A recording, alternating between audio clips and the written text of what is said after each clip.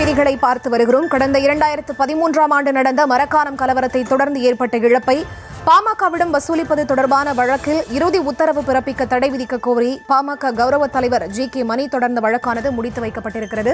விவரங்களோடு இணைகிறார் எமது செய்தியாளர் மதியழகன். அவரிடம் பேசலாம். வணக்கம் மதியழகன். உயர்நீதிமன்றம் பிறப்பித்திருக்கக்கூடிய இந்த உத்தரவின் முக்கிய அம்சங்கள் என்ன? மாமல்லபுரத்தில் கடந்த 2013ஆம் ஆண்டு வன்னியர் சங்கத்தினர் நடத்திய சித்திரை திருவிழாவின் பொழுது மரக்கணத்தில் ஏற்பட்ட கலவரத்தில் பேருந்துகள் சேதப்படுத்தப்பட்டன. பல்வேறு மாவட்டங்களில் டாஸ்மாக் கடைகளும் தீ வைக்கப்பட்டன. பாமகவினர் போராட்டம் காரணமாக 2013 ஏப்ரல் 5 முதல் மே 19ஆம் தேதி வரை சென்னை, காஞ்சிபுரம், திருவள்ளூர் ஆகிய மாவட்டங்களில் பொது போக்குவரத்து பாதிக்கப்பட்டது. 12 மாவட்டங்களில் டாஸ்மாக் கடைகள் மூடப்பட்டன. இதனால் ஏற்பட்ட வருவாய் இழப்பை பாமகவிடம் வசூலிப்பது தொடர்பாக தமிழ்நாடு வருவாய் நிர்வாக ஆணையர் விசாரணை நடத்தி வருகிறார். இந்த விசாரணை தமிழ்நாடு பொது சொத்து சேதம் தடுப்பு சட்டத்தை பின்பற்றி நடத்தப்படவில்லை என கூறி இது சம்பந்தமாக இறுதி உத்தரவு பிறப்பிக்க தடை விதிக்க கூறியும் பாமக கௌரவ தலைவர் ஜி.கே.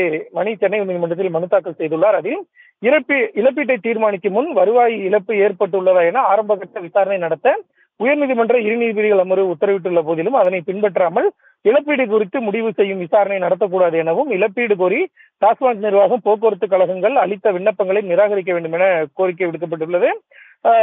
சட்ட விதிகளை பின்பற்றி விசாரணை நடத்தாமல் இழப்பீடு குறித்து இறுதி உத்தரவை பிறப்பிக்க தடை விதிக்க வேண்டும் எனவும் மனுவில் கூறப்பட்டிருந்தது.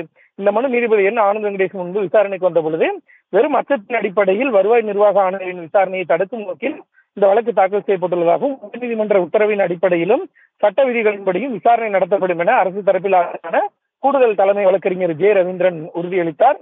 இதனை பதிவு செய்து கொண்ட நீதிபதி உயர்நீதிமன்ற உத்தரவின்படி விசாரணை நடத்தி 8 வாரங்களில் இறுதி உத்தரவை பிறப்பிக்க வேண்டும் என உத்தரவிட்டு இந்த வழக்கை முடித்து வைத்தார்.